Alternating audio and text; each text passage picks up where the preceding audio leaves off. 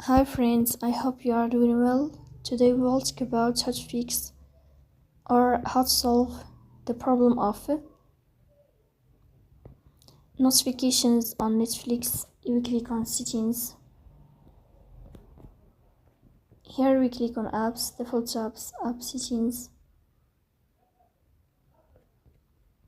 Then we click on Netflix app and we click here in this page. Then we click on first stop and we click OK. Here you will enter to storage. Then we click on clear cache. You will go here to Play Store.